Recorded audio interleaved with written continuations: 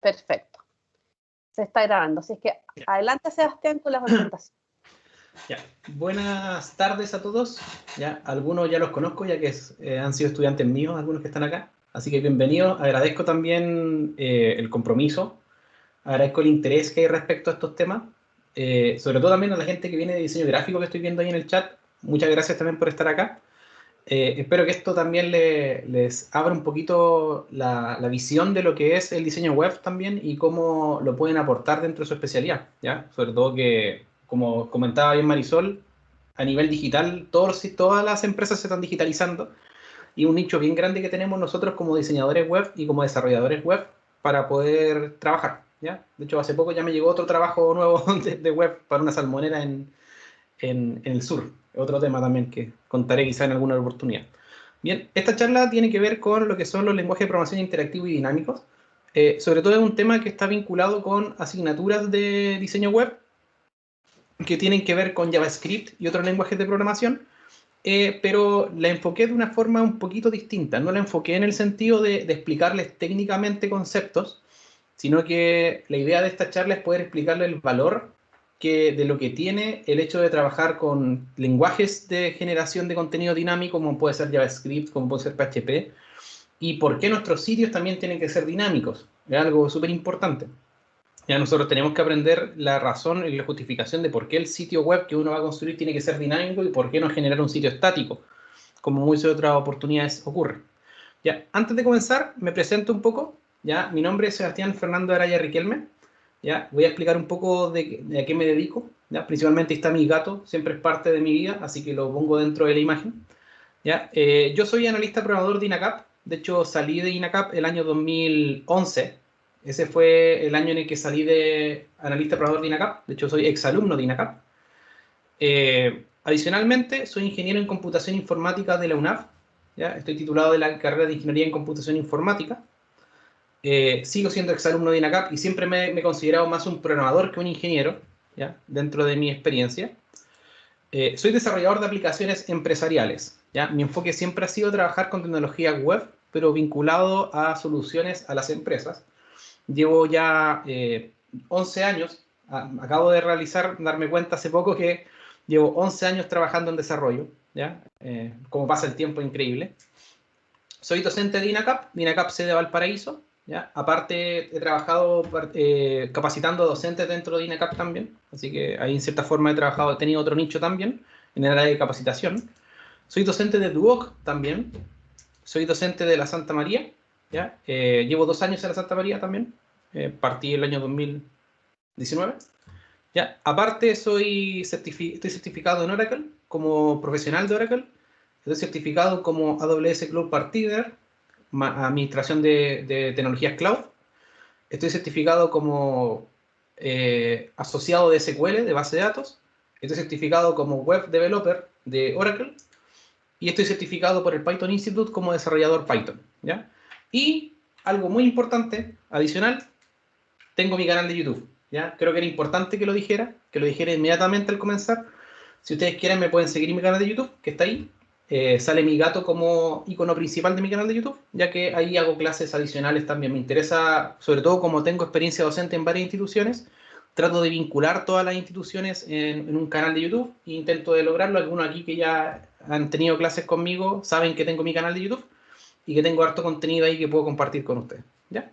Entonces, ese soy yo, a grandes rasgos. Esa ha sido mi experiencia profesional en un resumen de una plana. Creo que la vida de una persona no se puede resumir en una sola plana, pero al menos queda un poco claro quién soy. ¿Ya? Vamos a hablar un poco sobre las razones que justifican lo que tiene que ver con la programación interactiva. ¿Por qué necesitamos programación interactiva?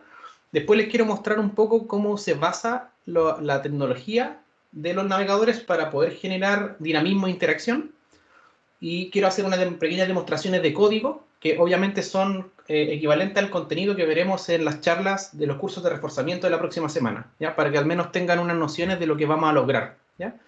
La idea no es que obviamente repliquen esas mecánicas de código que voy a hacer ahora, sino que la idea es que las observen para que contemplen cuál es la potencia que tiene un navegador web, que uno muchas veces no la conoce, y posteriormente a eso voy a hacer unas demostraciones de una pequeña página web que haga consumo de un servidor externo, que quiero mostrarlo también, ¿ya?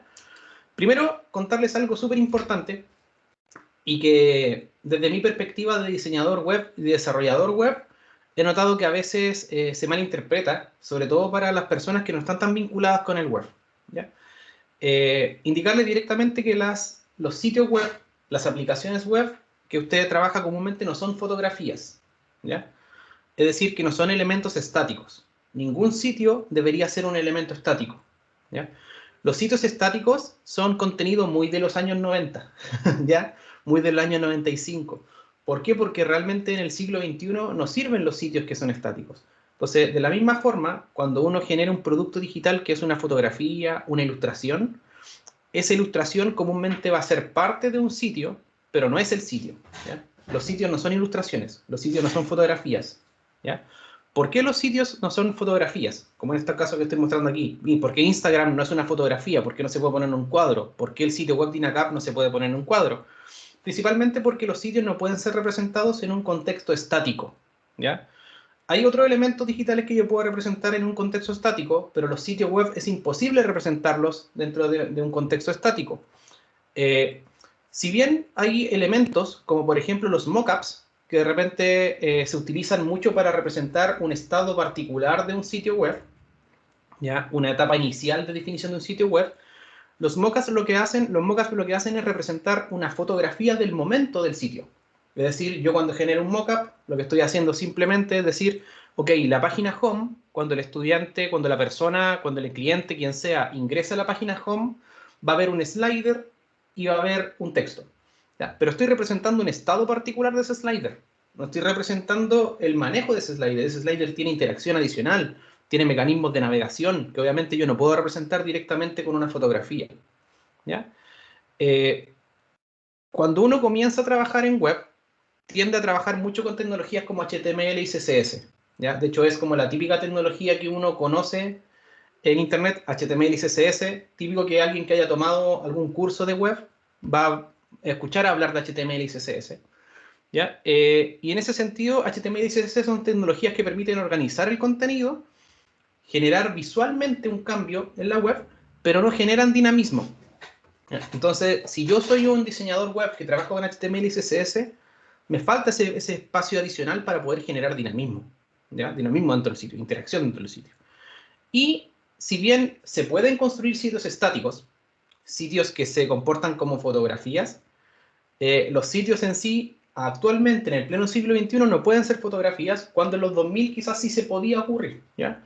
Hay muchos sitios en Internet que ustedes pueden ver que siguen siendo sitios estáticos, pero esos sitios son muy del año 2000, ¿ya? Fotografías son del año 2000. ¿Por qué razón? Porque nosotros en el siglo XXI estamos interiorizándonos con un concepto que muchos han escuchado hablar en sus carreras, que se conoce como la experiencia de usuario. Y la experiencia de usuario busca que en cierta forma haya una interacción adicional, ¿ya? Los usuarios buscan un elemento adicional, no les sirve tener una fotografía, porque si quieren tener fotografías, para eso bajan la fotografía en un archivo PNG y la muestran en su computador, no necesitan entrar a un sitio para hacerlo. Ahora, ¿quién es el actor principal del año 2021 para poder trabajar en sitios dinámicos y sitios interactivos? Es el lenguaje JavaScript, ¿ya? El lenguaje de programación JavaScript. Entonces, ¿cómo tienen que ser los sitios web que estamos utilizando dentro del siglo XXI? Primero, lo que sale indicado ahí, tienen que permitir personalización. Un sitio web del siglo XXI requiere encarecidamente que se trabaje con la personalización. O sea, el usuario lo que espera es poder interactuar con el sitio y cambiar su sitio, como por ejemplo lo hacemos con Facebook, cuando tomamos el sitio y apretamos un botón y cambiamos el modo dark del Facebook, ¿ya? Si ustedes lo notan, si yo tengo un login de Facebook y por ejemplo Bianca que está aquí también tiene su Facebook, si nosotros comparamos las interfaces de ambos Facebook, iniciar sesión van a ser distintos, van a ser diferentes. Independiente de que sea el mismo sitio, pero el comportamiento varía en función del usuario. Entonces, mi Facebook va a ser distinto al de Bianca a pesar de que estamos dentro del sitio web. Mi intranet de INACAP es totalmente distinta a la de ustedes porque tenemos roles distintos, porque somos usuarios distintos. Entonces, lo que se busca aquí es que los sitios web y las aplicaciones web tengan un nivel de personalización. El usuario quiere ser partícipe de la personalización del sitio, quiere sentirse en casa, ¿ya? Por eso los usuarios tienen que sentirse cómodos con su sitio. Si a mí no me gusta el modo dark de Facebook, yo tengo que ser capaz de desactivarlo. Y eso no me sirve con tecnologías directamente como HTML y CSS. Yo necesito una tecnología que permita eso. Los que han tenido la oportunidad de programar web se darán cuenta que en HTML y CSS no pueden generar un cambio a partir de una acción del usuario. El tiempo es un factor que se debe considerar. Los sitios envejecen. Es cosa de ver casos como, por ejemplo, sitios, no me gusta nombrar marcas, pero por ejemplo el sitio del Banco Estado es un claro ejemplo. El sitio web del Banco Estado es un sitio que ha envejecido, ¿ya? Y hay otros sitios, como por ejemplo el sitio de Radiovisión, también envejeció. Y hay sitios que envejecen bien y sitios que envejecen mal. El tema es que la mayoría de las veces los sitios envejecen mal, porque la idea de un sitio es que no envejezca. El problema es que para no envejecer un sitio yo tengo que estar constantemente actualizándolo. Y a la hora de actualizar un sitio web requiere que yo intervenga el código, ¿ya? Por otro lado, si yo fuera capaz de hacer de que ¿qué pasaría si yo fuera capaz de hacer que el sitio en verdad mute, que cambie en función de algo? ¿Ya? O sea, que se modifique mágicamente, automáticamente, no de parte de magia, pero mágicamente en términos abstractos. ¿Qué podría hacer yo ahí? En ese caso, si yo tengo tecnologías como JavaScript, puedo hacer que mi sitio mute, cambie, ¿ya? Que se comporte distinto, que entienda mi sitio de que hoy día es 17 de marzo del año 2021. ¿Ya? Una desventaja que tienen los sitios estáticos es que envejecen. ¿Ya? Entonces, para todas estas cosas que le acabo de comentar, existe JavaScript. ¿Ya? JavaScript es el tercer elemento que está en esta tríada de tecnologías de web, y JavaScript es una tecnología que, sobre todo ahora en el siglo XXI, ha generado una gran cantidad de proyectos para poder generar dinamismo e interacción en la web. Entonces, una de las principales características que va a tener el curso de la próxima semana es poder desarrollar las capacidades que tenemos los diseñadores y los desarrolladores web para poder trabajar con JavaScript. ¿Ya? O sea, JavaScript va a ser casi el foco de nuestra aplicación. ¿Ya? Bien, entonces espero que en cierta forma con esto que les estoy comentando vaya quedando un poco claro cuál es el objetivo. O sea, el objetivo es que nuestros sitios cobren vida. ¿Ya? Nuestros sitios no son entes estáticos, no son documentos. Nuestro sitio no es un PDF que yo puedo visualizar, navegar. ¿Ya? Nuestro sitio es algo con el que el usuario puede interactuar, con lo que el usuario puede hacerse parte de él. ¿Ya? Ahora, se escucha mucho hablar de repente sobre JavaScript y jQuery. ¿Ya? De hecho, nosotros en los planes de estudio tenemos algunas asignaturas que están vinculadas con JavaScript, otras asignaturas que están vinculadas con jQuery. ¿Ya? Sobre todo en la malla antigua había muchas tecnologías vinculadas con jQuery. Entonces me interesa conversarle un poco cuál es la diferencia que existe entre estas dos tecnologías y qué ventajas tiene una sobre la otra y cómo se relacionan entre sí. ¿Ya? Así que me imagino que aquí algunos han tenido la oportunidad de trabajar con un plugin de jQuery quizás, o haber programado en jQuery. ¿Ya? Si es así, que me lo pongan ahí por el chat, si es que alguno ha tenido la oportunidad de trabajar con jQuery o con JavaScript puro. ¿Ya? Los que sobre todo han estado en el área de web, me imagino que lo han hecho. ¿Ya? JavaScript nació en un momento en el que Flash era aquel que dominaba la industria de las animaciones web. ¿Ya? De hecho, nuestra carrera anteriormente se llamaba Diseño y Producción Multimedia, muchos años atrás, ¿ya? Quizás estoy hablando hace mucho tiempo atrás. Ahí Ricardo me comenta que ha trabajado en jQuery también, interesante, ¿sí? Ahí el resto que me vaya comentando si ha tenido la oportunidad de trabajar con jQuery también. Entonces, JavaScript nació como una respuesta a Flash. De hecho, digamos que hace poco, hace como 2 o 3 años, que Flash definitivamente murió dentro del contenido de los navegadores web. Lo que en cierta forma gatilló la muerte definitiva de Flash fue el hecho de que los navegadores web dejaron de soportar Flash, ya no lo soportan, y JavaScript nació como una respuesta a Flash más limpia que Flash, porque si alguien tuvo la oportunidad aquí, sobre todo los que somos más mayores, que tuvimos la oportunidad de navegar en un sitio que tenía Flash, habían varias desventajas, porque uno iniciaba el sitio se cargaba, demoraba en la carga. Ahí Bianca comenta que ella trabajó con Flash, interesante. O sea, en ese tiempo se trabajaba así, y había unas desventajas. Yo al menos tuve la oportunidad de interactuar una vez con el desarrollo en Flash, ¿ya? Y la desventaja era que, uno, era muy pesado, como dice Ricardo ahí, efectivamente, muy pesado cargar un sitio en Flash, y la responsabilidad era algo impensado, ¿ya? O sea, los sitios no se podían adaptar en Flash porque era un video. Era simplemente un video con una menor peso, pero seguía siendo un video. Entonces no eran adaptativos. Y en los tiempos en los que estaba Flash realmente no eran tan complicados. No había problema en que no fueran adaptativos los sitios. ¿Ya? ¿Por qué? Porque en ese tiempo las resoluciones eran estáticas. ¿Ya? Eran estáticas. Uno trabajaba una resolución de 800 por 600. Pero empezaron a nacer toda esta cantidad de dispositivos móviles, dispositivos computadores con distintas resoluciones, y Flash se volvió insuficiente para poder sustentar esas problemáticas. Y por otro lado nació este competidor tan grande que es JavaScript, que apareció en ese momento. Entonces, inicialmente, JavaScript se utilizaba como un mecanismo para generar sliders, ¿ya? De hecho, mucha gente que como que no se ha interiorizado mucho con el desarrollo web actual, o gente que ha trabajado con el desarrollo web, digamos, los del año 2006, 2007, ¿ya? O un poquito antes, 2005, comprenderá JavaScript como un mecanismo para poder generar galerías de imágenes, ¿ya? Típico que te dicen, necesito generar una galería de imágenes, búscate un plugin jQuery, ¿ya?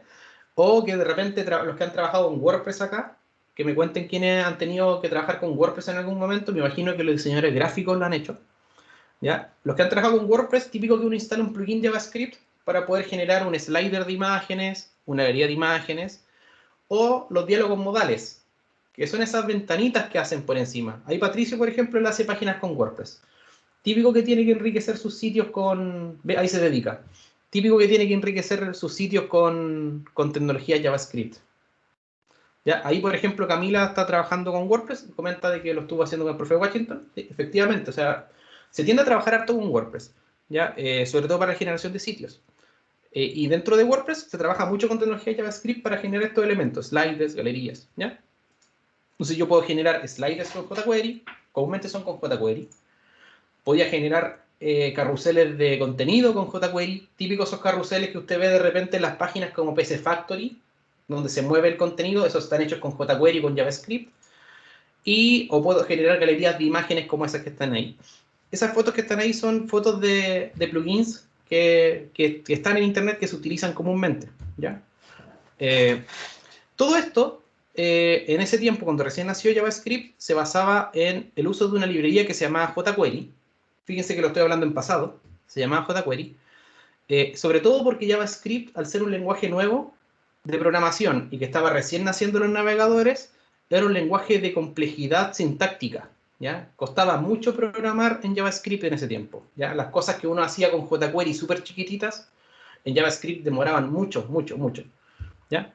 Sin embargo, hablando de temas de evolución, en el pleno siglo XXI, el hecho de trabajar con jQuery ya no se justifica, ¿ya? Contemplando de que JavaScript ha avanzado a tomar aspectos que no solamente tienen que ver con los elementos visuales, sino que ha agarrado aspectos que tienen que ver con la funcionalidad lógica de un sitio, ¿ya? En resumen, si lo vemos de un punto de vista menos técnico, JavaScript se volvió más inteligente que jQuery por sí solo, ¿ya? Y JavaScript se volvió más inteligente que muchos otros lenguajes de programación, ¿ya? Entonces, inicialmente, JavaScript nació como un lenguaje para generar dinamismo, solamente dinamismo dentro de la web, pero ahora no solamente es dinámico, sino que también permite generar interactividad y permite generar código. Hay una gran cantidad de librerías de código que funcionan con puro JavaScript, ¿ya? Entonces, JavaScript ahora no es un lenguaje que solamente permite enriquecer visualmente los sitios, ¿ya? Que en realidad muchas personas enriquecen visualmente los sitios. Las personas que trabajan con JavaScript, con WordPress, digo, comúnmente enriquecen sus sitios con JavaScript, pero créanme, esas personas que trabajan con WordPress, si ustedes logran un muy buen dominio de JavaScript, pueden hacer cosas que WordPress por sí solo no puede hacer, agregando simplemente rutinas de JavaScript, ¿ya? Porque JavaScript puede manipular el comportamiento total de la página, ¿ya? Y claro, ahí dice Ricardo que jQuery tiene una sintaxis parecida a JavaScript, debido a que es una librería de JavaScript. Efectivamente, y nació como una librería de JavaScript por el hecho de que en los tiempos en que nació, JavaScript era muy complejo para ser escrito. Pero el mismo JavaScript, en la medida que fue avanzando, fue adoptando muchas cosas que se generaban con jQuery y que ahora ya no se justifica trabajar con jQuery. De hecho, yo voy a generar en los ejemplos que vamos a hacer ahora, voy a trabajar con puro JavaScript, con el JavaScript puro que existe en el navegador, no voy a agregar nada adicional, ¿ya? Solo JavaScript, sin jQuery.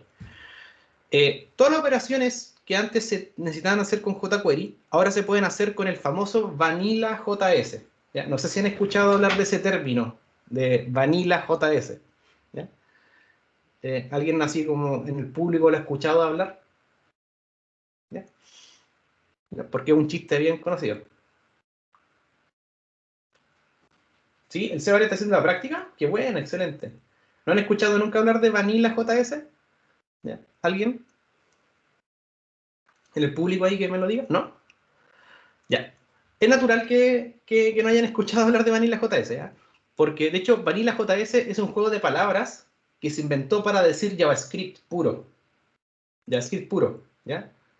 Entonces, lo que pasa es que en el tiempo que nació jQuery, nacieron muchas librerías, una gran cantidad de librerías. Y empezaron a crecer librería, y un tipo dijo, no, yo programo en Vanilla JS. ¿Ya? Un tipo se le ocurre decir eso. Y Vanilla JS es el JavaScript común y corriente, pero le pusieron un nombre como de librería para decirle a la gente, oye, ¿sabes qué? Hay tantas librerías de JavaScript, pero no las necesitamos. JavaScript por sí solo es totalmente potente. Entonces ahí nació el término Vanilla JS, que es el JavaScript puro, sin ningún cambio, ¿ya? Es solo JavaScript. Si ustedes buscan en internet la página Vanilla JS, es muy chistoso porque está documentada como si fuera una librería de JavaScript, pero es el JavaScript en sí mismo. Y los tipos lo documentaron como si fuera una librería de JavaScript. ¿Ya? Una característica que ha adoptado JavaScript en el último tiempo es que se puede trabajar tanto la capa de interfaz de un sitio como la capa de negocios o la capa de backend de un sitio. ¿Ya? Nosotros en la carrera siempre estamos relacionados con temas vinculados al front-end, ¿ya? Porque en realidad, en cierta forma, el front-end es nuestra especialidad. ¿Ya? Sin embargo, para nosotros poder hacer que un sitio sea dinámico, no nos basta solamente con trabajar con tecnologías del front-end, y necesitamos de alguna forma trabajar con tecnologías del back-end, ¿ya? Hay una diferencia ahí. Siempre se dice que el back-end son las cosas que no se ve, que no ve el usuario final, que están por debajo, ¿ya? Entonces, sería como equivalente a que si yo tengo enfrente, que ahora estoy viendo, tengo un poste de luz con una gran cantidad de cables. Los cables para mí son el front-end, pero la construcción interna de los cables es el back-end, ¿ya? Y las cajas que están dentro donde están los medidores, la parte frontal es el front-end, pero funcionamiento interno de ese medidor eléctrico es el back-end, ¿ya? Yo en el computador veo mi pantalla, pero por dentro hay toda una circuitería. Ese sería equivalente al back-end de mi computador. Y así funcionan los sitios, ¿ya? Ahora, ¿por qué ganó tanta popularidad JavaScript también este último tiempo? Por el hecho de que los computadores de las personas, de hecho, si ustedes ven su mismo computador, su computador anteriormente, no sé, pues, uno que empezó con un computador en los años 2000 podrá haber tenido 64 megas en RAM, haber tenido un internet de 2 megas, por ejemplo, ¿ya? Era lo que tenías, ¿ya? El 2010 podrías tener un computador con 4 GB en RAM máximo. Ahora en cierta forma, el 4 GB en RAM es el mínimo, y hay computadoras hasta 32 GB en RAM. Entonces, JavaScript es un lenguaje que lo ejecuta el navegador. Y ahí está la diferencia fundamental que tiene JavaScript con otros lenguajes de programación. Dice que en Electrónica Carolina han hecho prácticas de C++, de C# y de Visual Basic. ¿Ya? Esos son lenguajes del back-end. ¿Ya? Se utilizan mucho en el back-end.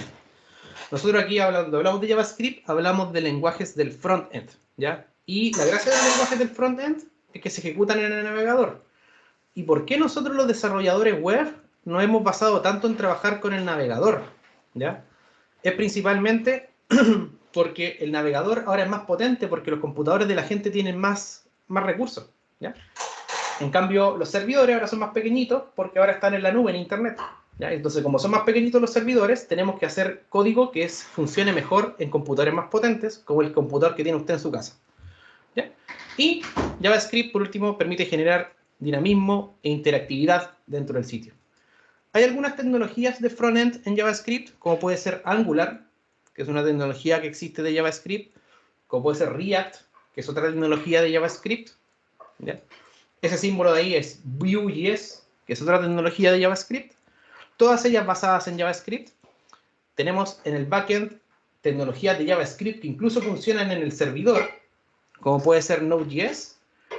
o como puede ser este personaje que está acá abajo, que me imagino que para muchos puede ser desconocido.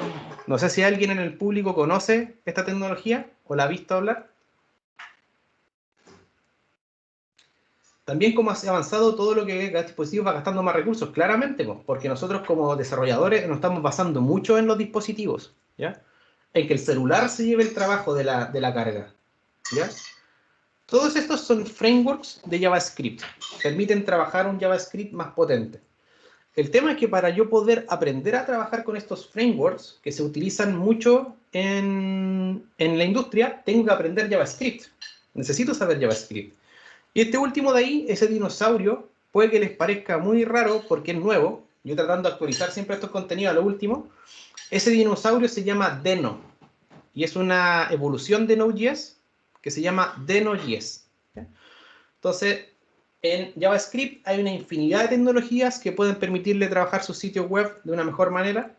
Pero antes de poder aprender a trotar, tengo que aprender a caminar, ¿ya? Si no sé JavaScript, imposible que aprenda todas estas tecnologías. Entonces, el hecho de que yo les pueda apoyar en este curso de con JavaScript va a hacer de que ustedes puedan más adelante poder incluso aprender estas tecnologías, porque van a tener una base de JavaScript. Esa es la idea. Como les comentaba, el frontend es lo que yo veo. De hecho, aquí si lo ven, tenemos el submarino. Esta es la parte del frontend, lo que ve el usuario final, el cliente. Y el backend es todo lo que da soporte a ese cliente. Acá tenemos algunas tecnologías del frontend. Fíjense que todas las tecnologías que ustedes han aprendido en la carrera, los que están en diseño web, todas son del lado del frontend. Sin embargo, hay muchas tecnologías que son del lado del backend, como Node.js, como las bases de datos, como Python, Java, PHP. Y de hecho, PHP, por ejemplo, es la base de WordPress. Cuando usted trabaja con WordPress, las personas que han trabajado con WordPress dentro del curso, ellos saben de que PHP es la base de WordPress. Entonces, ¿qué es lo interesante de esto? Que si usted aprende PHP, puede intervenir WordPress de una forma que WordPress no necesariamente te lo permite, ¿ya? Si tú sabes JavaScript, puedes agregar más dinamismo, más interactividad a WordPress, cosa que obviamente no te lo permite originalmente, ¿ya? ¿Cómo generamos ese dinamismo dentro de la web? Y aquí quiero hacer una demostración, ¿ya? Quiero mostrarles algo interesante dentro de lo que se puede hacer con JavaScript. Cuando yo trabajo con JavaScript, lo que hago es manipular el DOM, ¿ya? Puede que en algún momento lo hayan escuchado hablar en clases, lo que es el DOM, ¿ya? El DOM, en resumen, más allá de leerte esa definición, que creo que no te aporta tanto, te digo directamente lo que puse al final. El DOM es la interpretación del navegador de tu página. Tú escribes tu código en HTML y CSS, lo sé. Tú siempre has escrito código en HTML y CSS. Tú has trabajado con tu página administrándola en WordPress. Tú has hecho al menos una que otra página. Y esa página la escribes en un código que es un archivo. Pero ese archivo es interpretado por el navegador. Y esa interpretación se llama DOM. Entonces, acá hay un ejemplo típico de nuestro sitio de INACAP. Fíjense que acá tengo el ambiente de aprendizaje. Este es el código fuente del ambiente de aprendizaje. Este es el código que está dentro del ambiente de aprendizaje. Fíjense que es el código de la asignatura de programación interactiva. Pero si nosotros somos bien observadores, nos vamos a dar cuenta de que acá hay una tabla a la cual no se le generó un tBody. Un tBody como etiqueta, ¿ya? Pero en cambio el navegador sí le agregó esa etiqueta tBody acá, ¿ya? Eso es porque el navegador interpreta el código. El navegador no lee el código y lo muestra. El navegador hace una interpretación. Y esa interpretación se llama DOM. Ahora, ¿dónde está lo entretenido? De que yo, como programador, puedo manipular el DOM. Puedo modificar su comportamiento. Y lo voy a mostrar en este mismo instante. Voy a entrar a la página de INACAP. ¿Ya? De hecho, en la página de INACAP, ¿qué pasa si yo quiero, por ejemplo, cambiar este color de fondo?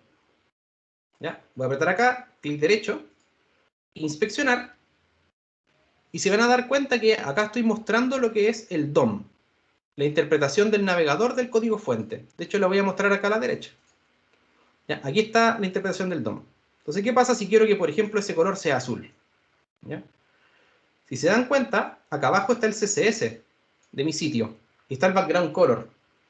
¿Qué pasa si ahora quiero que esto sea blue? Fíjense cómo acabo de modificar el código fuente de la página sin tener el código fuente. No es el fuente, es el DOM, es la interpretación del navegador. Yo puedo, por ejemplo, modificar este botón y hacer que, por ejemplo, no sé, sea negro, que tenga un color blanco. Acá. ¿Ya? Creo que hay un código que está sobreescribiendo y vamos a poner aquí important blanco y que, por ejemplo, ya no tenga un border radius, no tenga borde. ¿Ya? Y que, por ejemplo, bueno, ahí no me funciona el border radius, lo voy a quitar de acá. Ahí. Ahora está cuadrado y que está al 100%. ¿Ya? Fíjense cómo puedo manipular una página, la interpretación del navegador de una página, sin tener el fuente de la página. ¿Ya? Por ejemplo, aquí no sé. 2000 píxeles, no me importa. ¿Ya? Ahora, esta es la manipulación del DOM. ¿Ya? Aquí no sé por qué no funciona el width, debe estar por ahí algo. Pero esta es la manipulación del DOM. Si yo no quiero este slider, ok, podría eliminarlo. Ok, no quiero ese slider. Y alguien podría decir, oye, ¿sabéis qué? El profe aquí se está mandando la tremenda embarradita porque está modificando el código de INACAP. ¿Ya? Entonces, ¿cómo le dejan a un profe que modifique el código de INACAP? ¿Ya? La respuesta es que esto es la interpretación del DOM. ¿Ya? Esto es una interpretación que tiene en el momento en el que yo cargo la página. Si yo recargo la página, eso deja de existir y la página vuelve a su estado original. Entonces, ese es el DOM. JavaScript permite hacer eso que yo acabo de hacer manualmente, pero hacerlo mediante código. ¿Ya? Otro ejemplo. ¿Qué pasa si yo le quiero agregar una etiqueta a Google? ¿Ya? Lo voy a hacer con puro JavaScript. ¿Ya?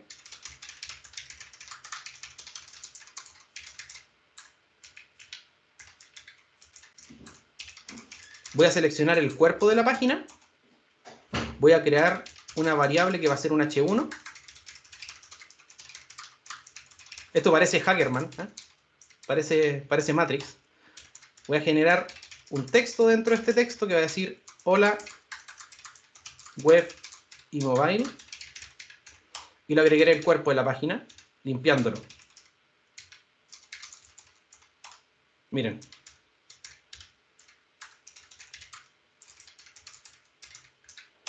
Ahora Google, Sebastián Navaraya, claro. Ahora Google se convirtió en una página que me dice hola web y mobile. ¿Ya? Fíjense la potencia que tiene JavaScript. Este código que acabo de escribir aquí es JavaScript. Y este código es el que yo quiero compartir con ustedes, obviamente, la próxima semana en este curso. ¿Ya? Entonces, ese es el poder que tiene el DOM. ¿Ya? El DOM permite manipular totalmente la página mediante JavaScript. ¿Ya? De hecho, hay como hartas cosas que tienen que ver con seguridad de las web, que podrían ser para otras charlas, donde JavaScript puede en cierta forma ser hasta una brecha de seguridad en algunos casos, porque alguien podría hacer lo que acabo de hacer yo, con el fin de obtener algo más. ¿Ya? Esa es la potencia que tiene JavaScript. ¿Ya? Entonces aquí yo le acabo de hacer una demostración de cómo funciona el DOM.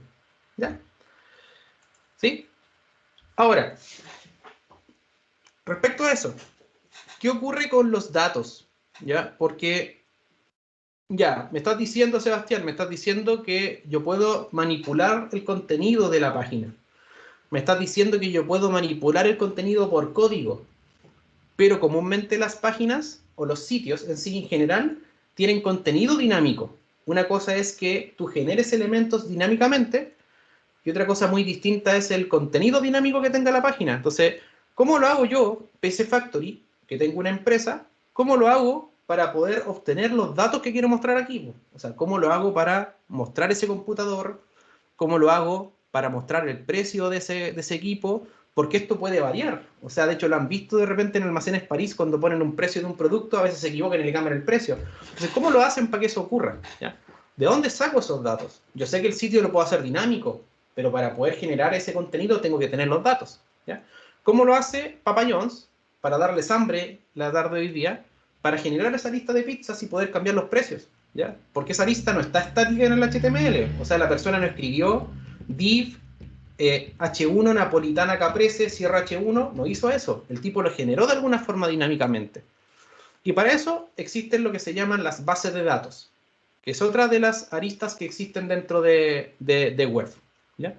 Las bases de datos lo que tienen es un conjunto de información generada a partir de lo que se conocen como tablas, en las cuales se va almacenando la información y se puede administrar sin la necesidad de tener que intervenir el código fuente de la página. Entonces, con esto les estaba comentando de que, con esto voy al punto de que les comentaba, de que los sitios no tienen que envejecer, ¿ya? Si este sitio envejeciera, yo tendría precios de los años 2000. En los años 2000 las pizzas eran mucho más baratas que ahora, digámoslo, ¿ya? Pero como el sitio puede mantenerse actualizado mediante sus datos, mediante una base de datos, yo puedo actualizar los precios de las pizzas, incrementar el precio de las pizzas, disminuir el precio de las pizzas. O sea, el sitio no envejece, se mantiene actualizado, ¿ya? El problema aquí es la siguiente pregunta.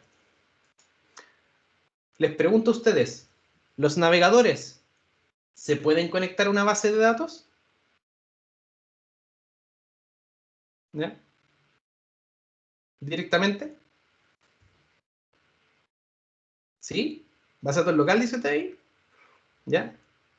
Conectarse a una base de datos, ojo, no incluir una base de datos, sino que conectarse. ¿Ya? ¿La pregunta? ¿Ya? La respuesta es que realmente no. Los navegadores por sí solos no se pueden conectar a una base de datos, ¿ya? O sea, ahí tenemos un problema, porque yo sé que JavaScript funciona en el navegador, ¿sí? Como le estaba comentando, JavaScript es un lenguaje que funciona en el navegador. Pero si yo no puedo conectar el navegador a una base de datos, ¿cómo lo hago?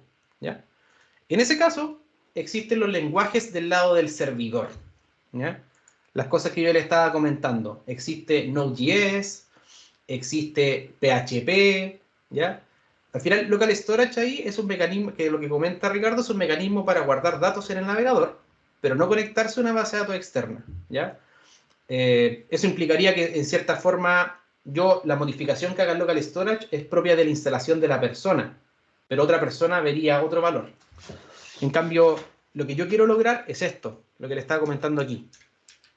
Que haya una base de datos central y que yo pueda modificar aquí los datos y que esto se visualice de otra forma, ¿ya?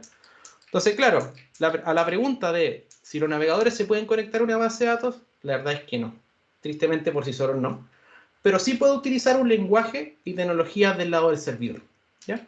Y aquí existen otras tecnologías que entran en juego, que son las tecnologías como puede ser PHP, que es una tecnología que de hecho en la carrera nosotros vemos en el ramo de producción web, ¿ya?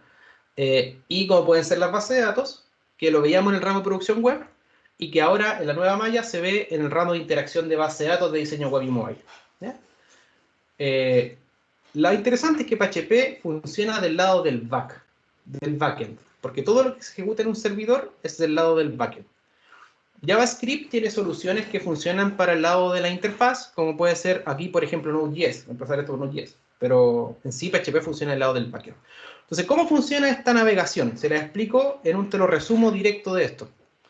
Si yo tengo una página que tiene cargada esta ventana, lo primero que yo hago para entrar a Papa John's es ingresar a papajohns.cl. Cuando aprieto Enter, la página se contacta con el servidor que está en PHP o en alguna tecnología del lado del backend, como les comenté anteriormente, cualquiera de ellas, se contacta con ella y dice, ¿sabes qué? Necesito los datos de las pizzas que están en venta. En ese caso, PHP va a decir, ok amigo, necesito los datos de las pizzas que están en venta. Voy a la base de datos y busco mi tabla de pizzas. Y digo, estos son los datos PHP. Y PHP, como es un buen amigo de las bases de datos, porque PHP sí se puede comunicar con las bases de datos, lo conoce.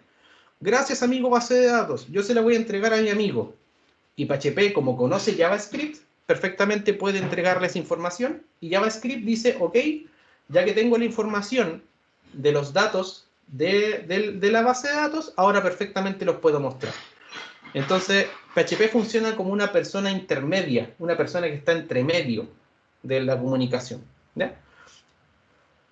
Entonces, quiere decir que PHP es amigui de todos, claramente. PHP es amigui de todos, ¿ya? PHP es como Hannah Montana, tiene lo mejor de los dos mundos, ¿sí? Conoce los dos lados, conoce la parte de base de datos y conoce la parte del web, ¿ya? Es un elemento que está entre medio. ¿Cuál es la gracia? Es que en WordPress, por ejemplo, esa famosa tecnología que muchos utilizan para generar sitios, no es solamente un sitio en PHP, tiene tecnologías JavaScript, tiene tecnologías PHP y tiene una base de datos. De hecho, cuando ustedes instalan WordPress, les pide que instalen una base de datos. Cuando ustedes instalan WordPress, les pide que tengan PHP. Entonces es algo que ustedes requieren tener, siempre. Siempre lo han tenido. La diferencia es que uno cuando lo trabaja, no ocurre. ¿Ya? ¿Verdad? Quedan 15 minutos. Quedan 15 minutos. Ahí me acuerdan a Marisol. Ahora, como yo genero esta comunicación, es mediante lo que se conoce como una API REST. ¿Ya? Una API REST es la que yo programo en PHP, que está entre medio. Y lo que quiero hacer ahora yo, para finalizar esta charla, es mostrarle también cómo yo con JavaScript puedo consumir una API REST. ¿Ya? Voy a hacer una pequeña demostración para consumir una API REST. ¿Ya? Y con eso, de hecho, hoy día ya voy a finalizar todo este contenido. Así que creo que estamos como justo en el tiempo. ¿Ya? Una API REST es esta cosa que estaba acá, el que estaba aquí entre medio, recibiendo la comunicación. Entonces quiero mostrarles un consumo de una API REST. En el curso, en la charla, voy a mostrar cómo crear también una API REST. Esa es mi idea. En esos cursos que vamos a tener en la semana, vamos a mostrar cómo crear una API REST. Voy a entrar a una página, de hecho voy a abrir mi editor, mi navegador. Aquí tengo mi navegador. Tengo una cosita acá, voy a cerrar esto y voy a crear una carpetita acá en el escritorio que le voy a llamar ejemplo REST. ¿Ya? Ejemplo JS en realidad. Y la voy a abrir con este editor que es el que nosotros utilizamos, que se llama Visual Studio Code, que también está dentro de los videos, las cápsulas de video, está como instalar este editor, por si después lo quieren ver. Y acá dentro de esta página voy a generar un archivo index.html y voy a generar un archivo index.js. Por ahora lo haré ahí directamente. Aquí me equivoqué. Lo haré aquí directamente, aunque debería estar dentro de una carpeta. Voy a generar un archivo index.js. Y acá voy a generar una estructura básica web. De hecho, creo que le subí mucho ahí el zoom. Voy a generar una estructura básica web, donde acá al fondo incluiré ese archivo de script, JavaScript, que va a ser index.js. ¿Ya? Entonces, mi idea es, en esta página, mostrar los personajes de Breaking Bad. ¿Ya? Usted dirá, ¿de dónde va a sacar la data, Sebastián, para mostrar los personajes de Breaking Bad? ¿Ya? Yo voy a mostrar esos personajes en esta parte, en un contenedor personajes. Aquí voy a mostrar los datos de los personajes de Breaking Bad. De hecho, voy a ejecutar esta página para que la vean. Obviamente todos estos conceptos los veremos en clases, pero fíjense que acá tengo un vínculo que lleva una página que se supone que debería mostrar los personajes de Breaking Bad. ¿Ya? Hay una página que se llama Breaking Bad API,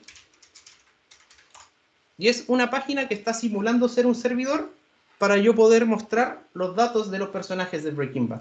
¿Ya? Entonces, estos datos de Breaking Bad están en un servidor externo. De hecho, se los voy a mostrar, miren. Voy a tomar esto, que es la básica, la URL del sitio, y me dice que yo puedo entrar a personajes, y eso me da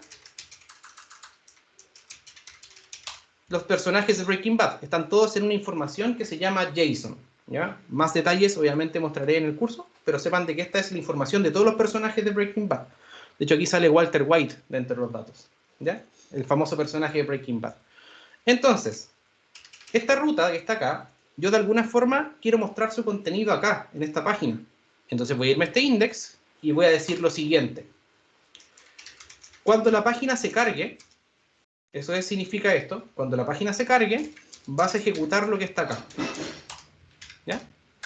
Y aquí lo que voy a hacer yo es pedir los personajes de Breaking Bad a esta página. Entonces voy a decir esto, voy a decir fetch, tráeme estos personajes que están en esa página, pero ese contenido se va a demorar un poco en ejecutarse, así que lo voy a esperar. Para esperarlo tengo que agregar una palabra aquí que se llama asincrónico. De hecho, siempre hacen mucho chiste, incluso en los Simpsons, sobre el JavaScript asincrónico. Y voy a esperar a que lleguen los personajes de Breaking Bad en esta variable que se va a llamar respuesta. ¿Ya? El tema es que esta respuesta es una página. Yo la necesito convertir en un lenguaje que JavaScript lo entienda. Entonces voy a decir que ahora la respuesta, o pongámosle aquí personajes, va a ser igual a la respuesta, pero en JSON. ¿Ya? Y voy a mostrar aquí por pantalla los personajes. ¿Ya? Fíjense qué es lo que va a pasar acá. Si me voy acá a la página, a mi página que yo acabo de construir, y me voy a inspeccionar los elementos, van a darse cuenta que en la consola van a estar todos los personajes de Breaking Bad. O sea, acabo de hacer que mi página sea partícipe del contenido de la otra. La otra página está dentro de esta. Y en esta página están todos los personajes de Breaking Bad. Está su nombre y su imagen. Nombre, imagen, nombre, imagen. Fíjense que por cada uno hay uno. Acá en este caso estaba Walter White. Acá está Jesse Pinkman. Está su nombre y su imagen. Entonces lo que voy a hacer yo es, en mi página, ahora que tengo esa información, mostrarla en esta parte en un H1 y en una imagen. El tema es que el H1 y la imagen no existen. O sea, esta página no tiene más contenido que este div. Entonces, ¿qué necesito yo? Necesito dinamismo.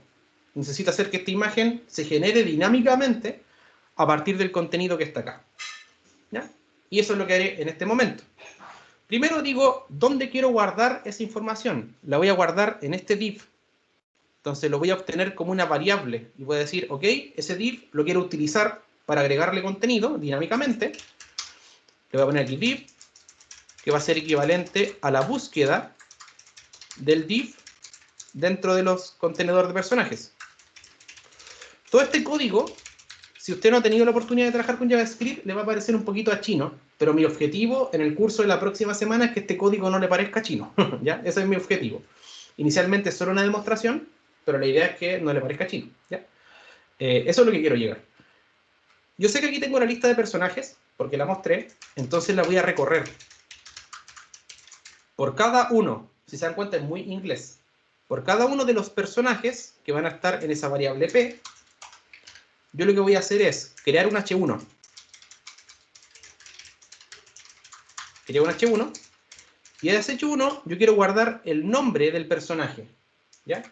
Según esto se me dice que el nombre está en la propiedad name, en inglés. Entonces yo voy a decir que el H1 va a tener el nombre del personaje, que va a ser name. ¿Ya? Y ese H1 lo quiero guardar dentro de este div. Entonces va a ser un div.agregar un hijo, que va a ser el H1. Quiero generar una imagen. Entonces voy a hacer un IMG, que va a ser equivalente a crear un elemento de tipo IMG. A ese IMG le definiré el origen, el src, que es una propiedad que tienen las imágenes, como el p. Y aquí la URL se llama IMG. Entonces pondré eso. Y haré que la imagen sea más chica, porque las imágenes son muy grandes. Entonces haré que la imagen tenga, por ejemplo, un estilo de un ancho de 200 píxeles y un alto automático. Acabo de meter CSS dentro de JavaScript. ¿Ya? Y por último, agregaré ese div,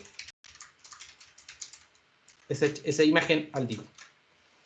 Si yo guardo esto y me voy a la página, ahora tengo una página con los personajes de Breaking Bad.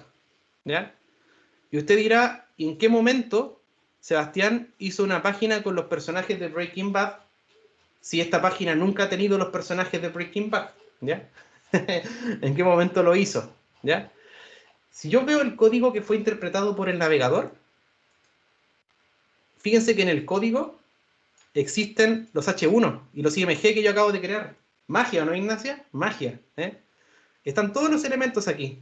Todos esos H1 que yo acabo de generar. Pero si yo veo mi código en mi página que está interpretando el navegador, ese código no existe. ¿Ya? Esa es la magia que tiene JavaScript. Ese es el dinamismo que tiene JavaScript. Y eso es lo que yo quiero transmitir hoy día con ustedes.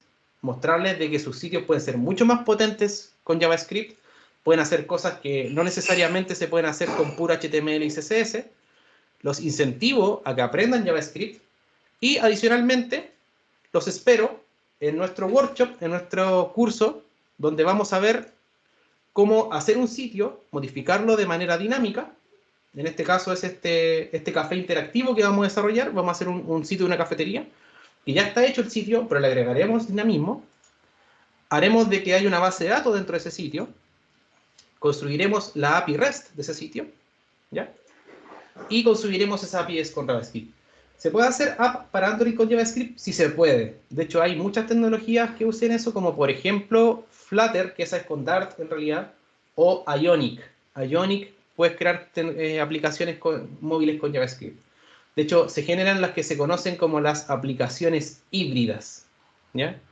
La gracia es que tú programas en JavaScript y la aplicación funciona en Android y en Apple, mágicamente. Cosas lindas que tiene. ¿Ya? Y finalmente, para terminar, los invito a suscribirse a mi canal de YouTube. Siempre es bueno tener esa importante información. De hecho, en mi canal de YouTube ya somos 1150 suscriptores. Espero aumentar más. Y haremos agregando más contenido de web para que ustedes puedan interiorizarse con él. ¿Sí? Así que eso. ¿Alguna inquietud final? ¿Preguntas?